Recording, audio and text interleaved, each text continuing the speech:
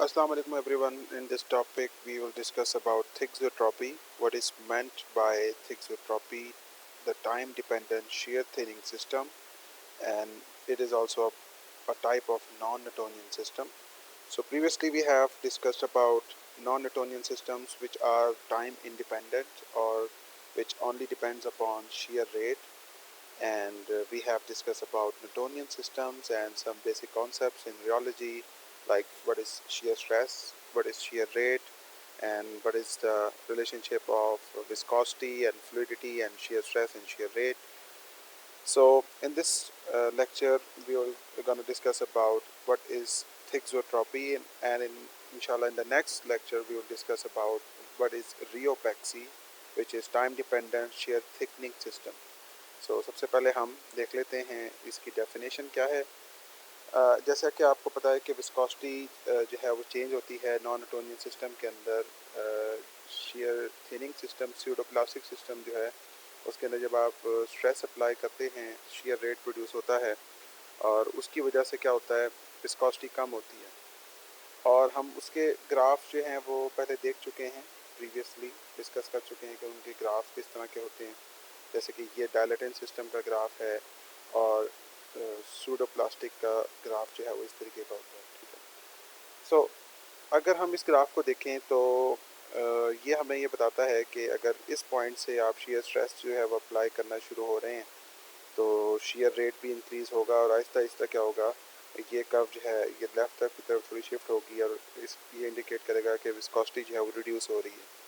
अगर इस पॉइंट पे हम विस्कोसिटी को शेयर स्ट्रेस को अगर हम इस पॉइंट पे छोड़ दें और फोर्स अप्लाई करना छोड़ दें तो थ्योरेटिकली क्या होगा कि ये जो लिक्विड जो विस्कोसिटी है ये वापस इसी ओरिजिनल हालत में इस ओरिजिन पे आ जाएगी। यानी कि कर्व जिस तरह ऊपर गया था वो उसी तरीके से ये वापस आ जाएगा। असूलन तो ये होना चाहिए।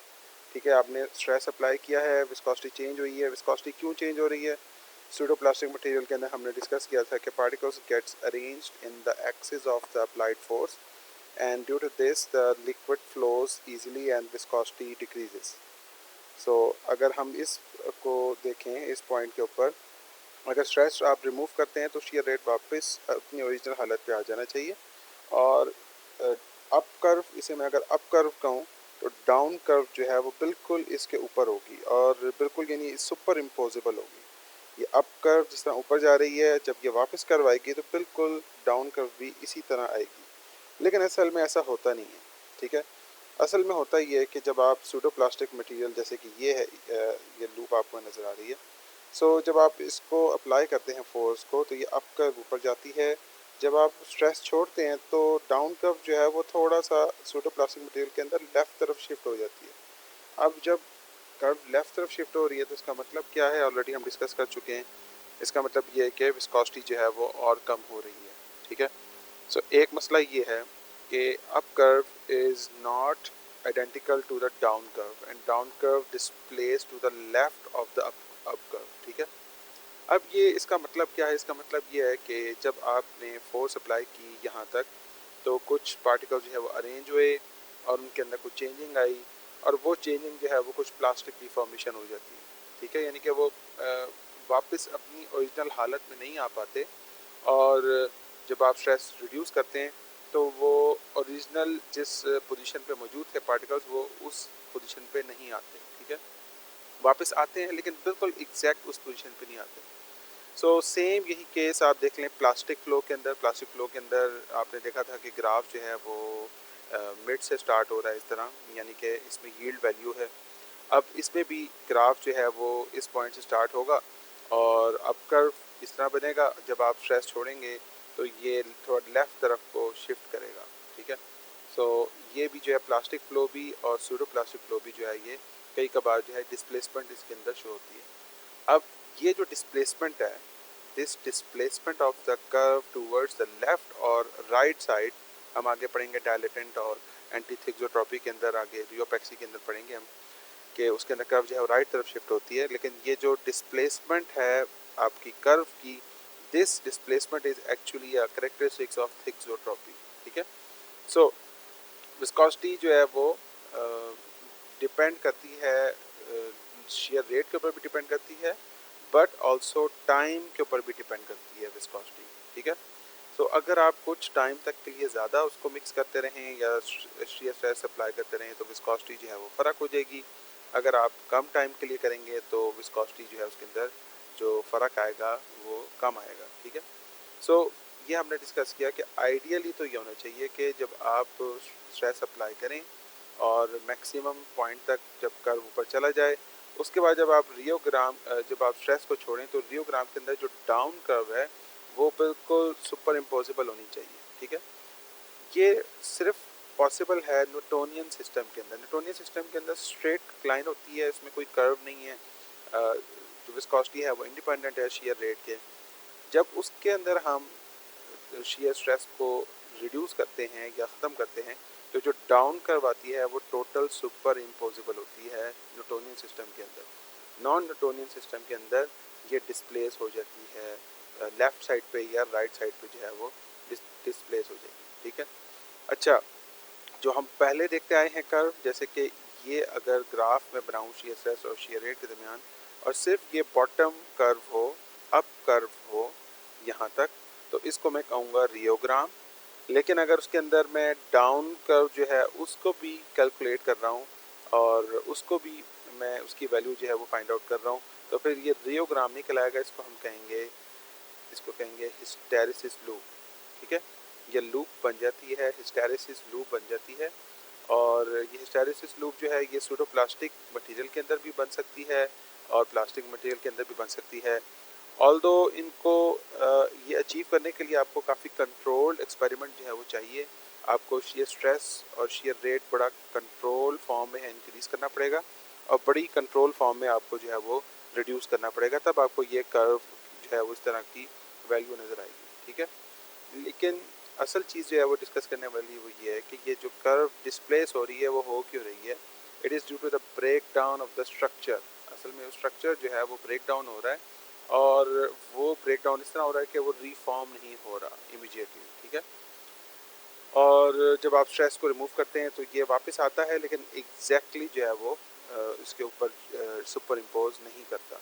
So this phenomena is actually called thixotropy और इसका दूसरा नाम ये कह सकते हैं शेयर ड्यूरेशन थिनिंग, ठीक है। तो या फिर इसको कह सकता हूँ टाइम डिपेंडेंट शेयर थिनिंग या shear duration thinning systems. This is called thixotropy.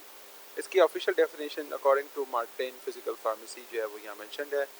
Thixotropy is defined as an isothermal and comparatively slow recovery system on standing of a material of a consistency loss through shearing. अब इस definition को आप कुछ portions के अंदर जो है वो डिवाइड कर सकते हैं और उसको बेटर अंडरस्टैंड कर सकते हैं। पहली चीज़ तो इसके अंदर जो इम्पॉर्टेंट चीज़ है वो ये है, इट इज़ आइसोथर्मल सिस्टम। इसका क्या मतलब है कि जब भी ये आप स्ट्रेस अप्लाई कर रहे हैं या फिर शेयर रेट बढ़ रहा है और शेयर रेट कम हो रहा है, इनमें कोई भी टेम्परेचर जो है वो चेंज नहीं है। हम आगे पढ़ेंगे कि टेम्परेचर का विस्कोसिटी के ऊपर इनडायरेक्ट इफेक्ट है, यानी कि अगर टेम्परेचर बढ़ जाता है तो विस्कोसिटी जो है वो कम हो जाती है। लेकिन इस केस के अंदर हम थिक्सोट्रॉपी के अंदर जो है वो टेम्परेचर को बिल्कुल कांस्टेंट रख रहे हैं, टेम्परेचर ना कम हो रहा है ना ज़्यादा हो रहा है, ठीक है। सेकंड चीज़ ये है कि जब आप स्ट्रेस अप्लाई कर देते हैं और स्ट्रेस छोड़ते हैं तो वापस अपनी ओरिजिनल हालत में जो विस्कोसिटी है वो अपनी ओरिजिनल हालत में आ जाती है। ये प्रोसेस जो है ये स्लो है, it is the slow recovery process, ठीक है। और जब मटेरियल को आप तीसरी चीज़ ये है, दूसरी चीज़ हो गई कि it is slow recovery process. Third चीज़ है on standing of material. On standing of material ये शो कर रहा है कि आपने कोई स्ट्रेस इसके ऊपर मज़ीद अप्लाई नहीं किया। आपने पहले शेक किया था, स्टेयर किया था या आपने इसको बीट किया था, ब्लेंड किया था। अब आप इसको बिल्कुल छोड़ देंगे, उसके ऊपर कोई फोर्स अप्लाई नहीं हो रही, ठीक है। और फिर चौथी चीज़ है इसके अंदर के कंसिस्टेंसी लॉस्ट जो हुई थी थ्रू शेयरिंग। कंसिस्टेंसी लॉस्ट क्या मतलब, यानी कि विस्कोसिटी जो है वो कम ज़्यादा हुई थी, ठीक है। यानी कि विस्कोसिटी जो है उसमें कुछ कमी हुई थी या ज़्यादा हुई थी। सो ये कंसिस्टेंसी लॉस जो है ये रिकवर होगी जब आप इसको विदाउट स्ट्रेस स्टैंड करेंगे, और ये स्लो प्रोसेस होगा, और ये आइसोथर्मल प्रोसेस है, इसके अंदर टेम्परेचर जो है वो कोई चेंज नहीं हो रहा। ठीक है, अब इम्पॉर्टेंट चीज़ ये है कि आपने जैसे कि पढ़ा है पहले, सूडो प्लास्टिक फ्लो क्या होता है कि जब आप shear स्ट्रेस अप्लाई करते हैं तो उसके अंदर विस्कोसिटी कम होती है। तो थिक्सोट्रॉपी के अंदर भी यही है कि shear स्ट्रेस अप्लाई कर रहे हैं और ड्यूरेशन भी, आप टाइम का भी जो है वो उनका चेक कर रहे हैं कि इफेक्ट क्या है और विस्कोसिटी रिड्यूस हो रही है नहीं हो रही। ठीक है, जब थिक्सोट्रॉपिक मटेरियल एट रेस्ट पर होता है उसको वो रिजेंबल करता है जेल की तरह, बिल्कुल थिक सा होता है। ठीक है, थिक टाइप यानी कंसिस्टेंसी होती है और इसके अंदर कुछ रिजिडिटी भी होती है। लेकिन जैसे ही आप उसके ऊपर shear स्ट्रेस अप्लाई करते हैं, shear रेट उसके अंदर प्रोड्यूस होता है, तो पार्टिकल जो है वो ब्रेक डाउन होना शुरू हो जाते हैं और वो सोल्यूशन बनना शुरू हो जाता है। इस वजह से हम इसको कहते हैं जेल टू सॉल ट्रांसफॉर्मेशन। यानी कि जेल होता है पहले, जब आप स्ट्रेस अप्लाई करते हैं और थोड़े टाइम तक के लिए अप्लाई करते हैं तो सॉल्यूशन जो है वो बनना शुरू हो जाता है, तो इसे हम जेल टू सॉल ट्रांसफॉर्मेशन भी कहते हैं। अब जब आपने स्ट्रेस को रिमूव कर दिया तो स्ट्रक्चर जो है वो रिफॉर्म होगा, लेकिन ये आहिस्ता आहिस्ता होगा। It is not an instantaneous process. Thixotropy जो है वो क्या है कि आपने थोड़े टाइम तक के लिए फोर्स अप्लाई की और जब आपने shear स्ट्रेस रिमूव किया तो वापस अपनी ओरिजिनल हालत में आएगा, लेकिन ये थोड़ी देर में आएगा। It is not an instantaneous process but it is a progressive restoration. या आहिस्ता आहिस्ता जो विस्कोसिटी जो है वो अपनी ओरिजिनल हालत में आनी शुरू होगी, और ये तब आएगी जब इसके अंदर पार्टिकल्स जो हैं वो रैंडम ब्राउनियन मूवमेंट आपको पता है क्या होती है। It is a random zigzag haphazard movement of the particles in the fluid. So when particles they start moving and they come close to each other, they form bonds and they get transformed into their original shape or original configuration. So आप जो है इसको ये कह सकते हैं कि आहिस्ता आहिस्ता जो मटेरियल है वो वापस अपनी ओरिजिनल हालत में आना शुरू होगा। ठीक है, थिक्सोट्रॉपिक जो लूप्स हैं, हिस्टेरेसिस लूप, वो आपको सूडोप्लास्टिक लूप की आपको ये बताया। एक सूडोप्लास्टिक मटेरियल के अंदर अगर आप जो है वो फोर्स ज़्यादा अप्लाई करेंगे तो वो जो है वो थिक्सोट्रॉपी बिहेवियर जो है वो शो कर सकता है। प्लास्टिक मटेरियल के अंदर भी आप जो है वो फोर्स अप्लाई करेंगे तो हिस्टेरिस लूप जो है वो बन सकता है। ठीक है, लेकिन हम क्या करते हैं, आपकी थिक्सोट्रॉपी के अंदर स्पेसिफिकली आप डिफरेंट टाइम तक के लिए मटेरियल को स्टेयर करते हैं या शेक करते हैं। इसके अंदर जो इम्पोर्टेंट फैक्टर है वो है कि आपने कितने टाइम तक के लिए, टाइम ड्यूरेशन जो है वो आपने इसके अंदर इंक्लूड करना है कि मटेरियल को आप कितने टाइम तक के लिए स्टेयर कर रहे हैं। अगर आप कम टाइम तक के लिए करेंगे तो डिक्रीज़ इन विस्कोसिटी कम होगी, अगर आप थोड़ी ज़्यादा टाइम तक के लिए करेंगे तो डिक्रीज़ इन विस्कोसिटी जो है वो ज़्यादा कम होगी। ठीक है, तो इसकी एग्जांपल ये देख लेते हैं। हमारे पास ये प्लास्टिक फ़्लो है, प्लास्टिक फ़्लो आपको यहाँ नज़र आ रहा है। ठीक है, जैसे कि आप यहाँ देख भी सकते हैं, break down in the plastic system possessing thixotropy. जब आप क्या करते हैं, प्लास्टिक फ़्लो को फोर्स अप्लाई करते हैं तो मटेरियल इस तरह मूव करता है। ए पॉइंट से मूव करना शुरू होगा और ये जाएगा बी पॉइंट तक, और जब आप बी पॉइंट पे फोर्स को रिमूव कर दें और उसको स्टैंडिंग पोजीशन पे ले आएँ तो बी से आ जाएगा नीचे वापस ई पोजीशन पे। तो हमारा जो लूप बनेगा वो बनेगा ए बी ई। लेकिन आप क्या करें, आप बी पॉइंट के ऊपर इसको फ़ौरन रिमूव ना करें फोर्स को, आप बी तक इस फोर्स तक लेके जाएं और बी पर जाने के लिए थोड़े टाइम तक के लिए इसको जो है ना वो स्टेयर करते रहें, शेक करते रहें। आप T1, ये T1 जो है ये टोटल टाइम पीरियड है बी से लेके सी तक। ठीक है, तो आप बी पर जाने के बाद जो है वो T1 लेट्स से हमका 5 मिनट्स है, T2 जो है वो 10 मिनट्स है। तो T1 5 मिनट्स तक के लिए आपने इसको जो है वो स्टेयर किया, तो ये क्या होगा, ये बी से मूव कर जाएगा, लिक्विड आपका ये सी तक जो है मूव कर जाएगा। अब आप जब सी पॉइंट के ऊपर जब रिमूव करेंगे फोर्स, जब सी पॉइंट पे आप shear स्ट्रेस को रिमूव करेंगे तो ये मूव करेगा सी से डायरेक्ट ई तक, और इस केस में जो लूप बनेगी वो क्या बनेगी, वो बनेगी A B C E. Again repeat करता हूँ, अगर आपने सिंपल फोर्स अप्लाई की है बी तक और फोर्स को छोड़ दिया है तो ये नीचे आएगी और ए बी ई लूप बनेगी। लेकिन अगर आपने बी के ऊपर थोड़ा टाइम जो है वो मिक्स किया, फॉर एग्जांपल 5 मिनट्स, हमने कहा T1 जो है ये 5 मिनट्स है एग्जांपल के तौर पे, तो ये मूव करेगी ए बी सी और ई। और अगर आप इसको T2 या 10 मिनट्स तक के लिए कर लें तो फिर क्या बनेगी, फिर बनेगी loop A B D E. ठीक है। सो अब ये नोट करें आप कि जब आपने T1 यानी कि 5 मिनट्स तक के लिए इसको शेक किया है तो इसमें चेंजिंग क्या आ रही है, ये देखें। इसमें चेंजिंग क्या आ रही है कि ये C से E के दरमियान ये जो पर्पल लाइन है ये देखेंगे लेफ्ट तरफ शिफ्ट हो गई है। ये आपको यहाँ से देख सकते हैं। ये let me show you about this. ये देखें। सो ये कर्व थी A इंटू बी। अब ये कर्व अगर आप B पे फ़ौरन रिमूव कर देते स्ट्रेस को तो ये B से E पर आ जानी थी, लेकिन आपने क्या किया कि आपने कुछ टाइम तक के लिए इसको शेक किया तो ये कर्व जो थी वो इधर से शिफ्ट होके इधर चली गई पर्पल वाली। अब आप क्या करें, आप जो है वो मज़ीद और टाइम के लिए जो है वो उसको मिक्स कर रहे हैं या स्टेयर कर रहे हैं, तो फिर क्या होगा, ये जो कर्व है ये और इधर शिफ्ट हो जाएगी जस्ट लाइक दिस। ठीक है। आपने जो है वो मज़ीद टाइम तक के लिए उसको स्टेयर किया तो ये पर्पल वाली जो कर्व है ये अब ब्लैक वाली कर्व यानी कि डी पॉइंट पे जो है ये शिफ्ट हो गई। तो इसका मतलब क्या है, असल में इसका मतलब ये है कि जैसे जैसे आप टाइम इंक्रीज़ कर रहे हैं मिक्सिंग का एक मैक्सिमम पे पहुंचने के बाद, जब आप टाइम इंक्रीज़ कर रहे हैं तो उससे क्या हो रहा है, विस्कोसिटी डिक्रीज़ मज़ीद डिक्रीज़ होती जा रही है। बिकॉज आपको पता है लास्ट लेक्चर में भी बताया था, अगेन रिपीट करता हूँ, अगर ये कर्व लेफ़्ट साइड की तरफ शिफ्ट हो रही है रेट ऑफ शेयर वाली की तरफ तो इसका मतलब है कि विस्कोसिटी रिड्यूस हो रही है और शेयर रेट जो है वो इंक्रीज़ हो रहा है।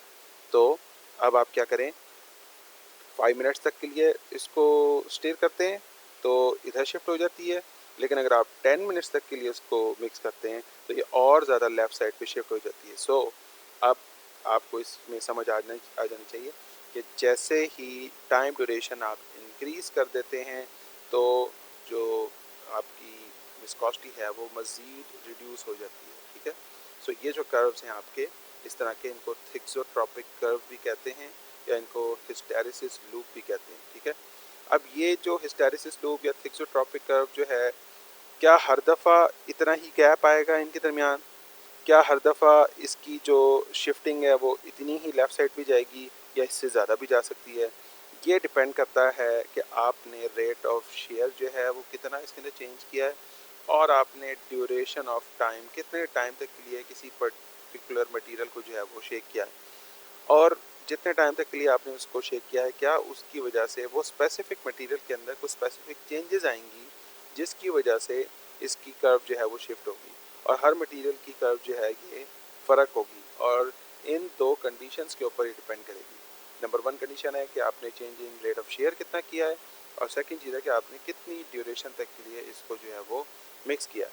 फॉर एग्जांपल आपने एक मटेरियल उठाया, एक सोल्यूशन उठाया, वो ऑलरेडी ही पहले मिक्स हुआ था, लेट्स से कि उसको 5-10 मिनट पहले मिक्स किया था, मिक्स करने के बाद उसको रख दिया, अब उसको उठा के आप दोबारा से मिक्स करते हैं तो क्या होगा, उससे ये होगा कि वो कर्व जो है वो हो सकता है इस बी से ई के दरमियान ना आए, वो हो सकता है सी वाली कर्व आए, हो सकता है डी वाली कर्व आए या इसके दरमियान कोई कर्व आए। ठीक है। सो इट डिपेंड्स कि आपने प्रीवियसली सैंपल को कितना मिक्स किया हुआ है। The previous history of the sample has a significant effect on the rheological properties of the thixotropic system। आपने ऑलरेडी उसको कितना शेक किया हुआ है, पहले मिक्स किया हुआ है, नहीं किया हुआ। अगर आप बिल्कुल फ्रेश उठाएंगे तो हो सकता है कि कर्व बिल्कुल ए बी ई बने, अगर आपने ऑलरेडी थोड़ा सा मिक्स किया हुआ है तो हो सकता है ए बी सी बने, डी ई एफ और भी पॉइंट हो सकते हैं। ठीक है। So these loops are called hysteresis loop. यहाँ पे वही चीज़ बताई हुई है स्लाइड के अंदर, इस पर एक दफ़ा रीड कर लेते हैं, आई होप आपको समझ आ गई होगी।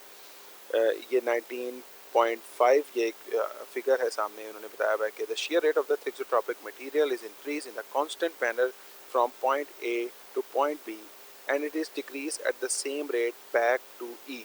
यानी कि आपने ए से बी तक बढ़ाया और उसको वापस जो है वो ई तक जो है वो बना दिया, तो हिस्टेरिसिस लूप मिल गया ए बी ई। लेकिन आपने क्या किया, पॉइंट बी के ऊपर शेयर रेट को हेल्ड कांस्टेंट रखा, उसको मिक्सिंग जो है वो T1 सेकंड्स या मिनट्स के लिए आपने जो है वो उसको अप्लाई किया, तो उससे क्या होगा, शेयर रेट भी किस तरह कम होगा। असल में जो कर्व लेफ़्ट तरफ शिफ्ट हो रही है, ये क्या शो कर रही है, शिफ्टिंग जो है ये आपको शो कर रही है रेट ऑफ शेयर कितना रिड्यूस हो रहा है, और रेट ऑफ शेयर से ही हम फ्लूइडिटी और विस्कोसिटी की जो है वो वैल्यू कैलकुलेट करते हैं। ठीक है, सो बी के ऊपर आपने क्या किया, T1 सेकंड्स के लिए इसको शेक किया, उससे क्या होगा, शेयर स्ट्रेस की जो कर्व है वो भी लेफ्ट तरफ शिफ्ट हो रही है। इन अदर वर्ड्स हम कह सकते हैं कि विस्कोसिटी या कंसिस्टेंसी जो है वो भी आपकी रिड्यूस हो रही है, और it would decrease to an extent depending on the time of shear. देखा, इसके अंदर मैंने आपको बताया था कितने टाइम तक के लिए आपने इसको मिक्सिंग की है, तो जितने टाइम तक की मिक्सिंग की है उसके हिसाब से आपकी ये कर्व आएगी। ठीक है, सो टाइम ऑफ शेयर कितना आपने रखा है, रेट ऑफ शेयर कितना रखा है। फॉर एग्जांपल आप जो है अगर इस कर्व को यहाँ तक लेके जाएं, ऊपर ना लेके जाएं, सिर्फ यहाँ तक लेके जाएं, तो हो सकता है फिर इसके बाद जो शिफ्टिंग होगी वो इस पॉइंट के हिसाब से होगी। तो डिपेंड करता है कि आपने कितने टाइम तक के लिए इसको शेयर किया है और इसमें रेट ऑफ शेयर कितना रखा है, आपने कितना ज़्यादा स्पीड से इसको मिक्स किया है और कितनी देर तक के लिए मिक्स किया है। और ये दोनों चीज़ें क्या करेंगी, आपकी टाइम और रेट ऑफ शेयर असल में आपकी जो स्ट्रक्चर है सैंपल का उसको डिस्ट्रॉय करेंगी, और डिस्ट्रॉय करने की वजह से क्या होगा कि मटेरियल जो है वापस अपनी ओरिजिनल हालत में नहीं आएगा। ठीक है, सो आप T1 सेकेंड्स या T2 सेकेंड्स के लिए अगर इसको शेक करते रहेंगे या शेयर करते रहेंगे, तो उसमें क्या होगा, decreasing the shear rate would then result in hysteresis loop ABCE, और अगर T2 के लिए करेंगे तो ABDE। ठीक है, सो टू सम अप आपको ये बताना, इसमें डिफरेंस आपको ये पता होना चाहिए। सूडो प्लास्टिक मटेरियल क्या होता है, सूडो प्लास्टिक जो है वो time independent share thinning system है, जिनको आप ये कह सकते हैं क्लासिक शेयर थिनिंग सिस्टम कह सकते हैं। और ऑन दी अदर हैंड जो थिक्सोट्रॉपिक मटेरियल हैं इनको आप शेयर ड्यूरेशन थिनिंग सिस्टम कहेंगे या फिर time dependent shear thinning system कहेंगे। इन दोनों में जो इम्पोर्टेंट फ़र्क है वो पता होना बड़ा ज़रूरी है। वो क्या है, जब आप सूडो प्लास्टिक मटेरियल को स्टेयर करते हैं या उसमें शेयर स्ट्रेस अप्लाई करते हैं, और शेयर स्ट्रेस जब आप उसको छोड़ते हैं, ख़त्म करते हैं, तब इनकी विस्कोसिटी जो है वो रैपिड रिकवरी होती है। जब आप इनके वो बिल्कुल एट रेस्ट पे ले जाएं, शेयर स्ट्रेस रिमूव कर दें, तो इनकी विस्कोसिटी रिकवर होती है और वो होती है रैपिड। सूडो प्लास्टिक की जो रिकवरी है वो है रैपिड, और थिक्सोट्रॉपिक मटेरियल के अंदर जो विस्कोसिटी रिकवर हो रही है उसके लिए कुछ टाइम, कुछ ड्यूरेशन जो है वो रिक्वायर्ड होता है। इसी वजह से हमने कहा था स्लो प्रोग्रेसिव रिकंस्ट्रक्शन या रिकवरिंग ऑफ द विस्कोसिटी। ठीक है, so when describing the viscosity of the liquids, it is therefore useful to distinguish shear thinning system, pseudoplastic system को थिक्सोट्रॉपिक मटेरियल से आपने जो है वो डिफरेंशिएट लाजमी करना है, जिसके अंदर आप ये कह रहे हैं कि विस्कोसिटी जो है शेयर सूडोप्लास्टिक मटेरियल के अंदर जो है वो जो रिकवर है वो जल्दी होगी, और थिक्सोट्रॉपिक मटेरियल के अंदर जो है वो देर से जो है वो रिकवर होगी। ठीक है, where the viscosity at all shear rates is decreased for some duration after agitation। Pseudoplastic material के अंदर जो है वो जब आपने एजिटेट किया है तो किसी भी शेयर रेट के बाद जो है वो फ़ौरन रिकवर होगी। Both of these effects can often be seen separately in the same liquid। अगर आप चाहें तो एक लिक्विड को सिंपल शेयर स्ट्रेस अप्लाई करें और शेयर स्ट्रेस छोड़ दें, तो क्या होगा, वो शुरू में बिहेव करेगा सूडो प्लास्टिक मटेरियल की तरह, लेकिन आप क्या करें, उसी मटेरियल को थोड़ी देर तक के लिए मिक्स करना शुरू हो जाएं, तो वही सूडो प्लास्टिक मटेरियल के अंदर थिक्सोट्रॉपिक बिहेवियर जो है वो आपको शो होना शुरू हो जाएगा। यानी कि सिंपल स्ट्रेस अप्लाई किया और स्ट्रेस छोड़ दिया तो रिकवर हो जाएगा सूडो प्लास्टिक मटेरियल, लेकिन वही मटेरियल को थोड़े टाइम तक के लिए आपने मिक्स करना शुरू कर दिया, तो उससे क्या होगा कि वो जो अरेंजमेंट थी वो डिस्ट्रॉय हो जाएगी, फिर वापस अपनी ओरिजिनल हालत में चीज़ जो है वो नहीं आएगी। सो नेक्स्ट टॉपिक में हमने इसको एंटी थिक्सोट्रॉपी और रियोपेक्सी के बारे में हम डिस्कस करेंगे, और कुछ मटेरियल्स के बारे में हम प्रैक्टिकल एग्जांपल जो है वो डिस्कस करेंगे थिक्सोट्रॉपी की फिनोमेना के ऊपर। सो थिक्सोट्रॉपी मटेरियल के अंदर इस तरह की हिस्टैरिसीस लूप बनती है, इसको हम शेयर ड्यूरेशन थिनिंग सिस्टम कहते हैं। इसके अंदर जो है वो लूप्स डिफरेंट टाइप की बन सकती हैं, वो डिपेंड करता है कि आप कितनी रेट ऑफ शेयर उसके ऊपर अप्लाई कर रहे हैं और कितना ड्यूरेशन तक के लिए आप फोर्स जो है वो इसके ऊपर अप्लाई कर रहे हैं। इसको हम लूप को थिक्सोट्रॉपिक कर्व भी कहते हैं और थिक्सोट्रॉपिक सिस्टम को हम जेल टू सॉल्ट ट्रांसफॉर्मेशन भी कहते हैं, बिकॉज शुरू में जो है वो जेल लाइक स्ट्रक्चर होता है और उसके बाद जो है वो सॉल्ट ट्रांसफॉर्मेशन होती है। ठीक है, ये इसकी डेफिनेशन थी। इसके हमने डिफरेंट पार्ट्स पढ़े। आइसोथर्मल है, स्लो रिकवरी सिस्टम प्रोसेस है, या मटेरियल को आप स्टैंडिंग पे ले जाते हैं और इसमें कंसिस्टेंसी जो है वो लॉस हो जाती है।